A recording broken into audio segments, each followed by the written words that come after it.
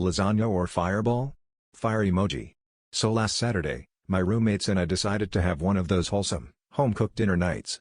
You know, the kind where everyone pretends they're on MasterChef but actually just argues about how much garlic is enough.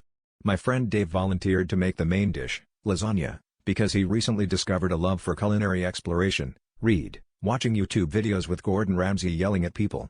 Dave insisted on doing everything himself, and I have to admit, I was mildly intrigued when he asked if we owned any welding gloves.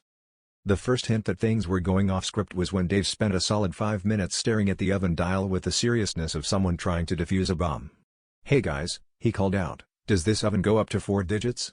We all laughed, thinking he was joking, but he looked dead serious and then muttered something about modern appliances being so advanced these days. I shrugged it off, figuring Dave was just being Dave, prone to a bit of dramatic flair. 20 minutes later, we started smelling something that can only be described as the opposite of appetizing. The kitchen was filling up with smoke, and there was a faint glow coming from inside the oven, like someone had trapped a miniature sun in there. Dave calmly opened the oven and unleashed a fireball that singed his eyebrows and set off the smoke alarm. In the ensuing chaos, my other roommate grabbed the fire extinguisher, after first trying to put out the fire by throwing a wet dish towel at it, which instantly vaporized. We eventually managed to save the apartment, but the lasagna was less al dente and more al disaster.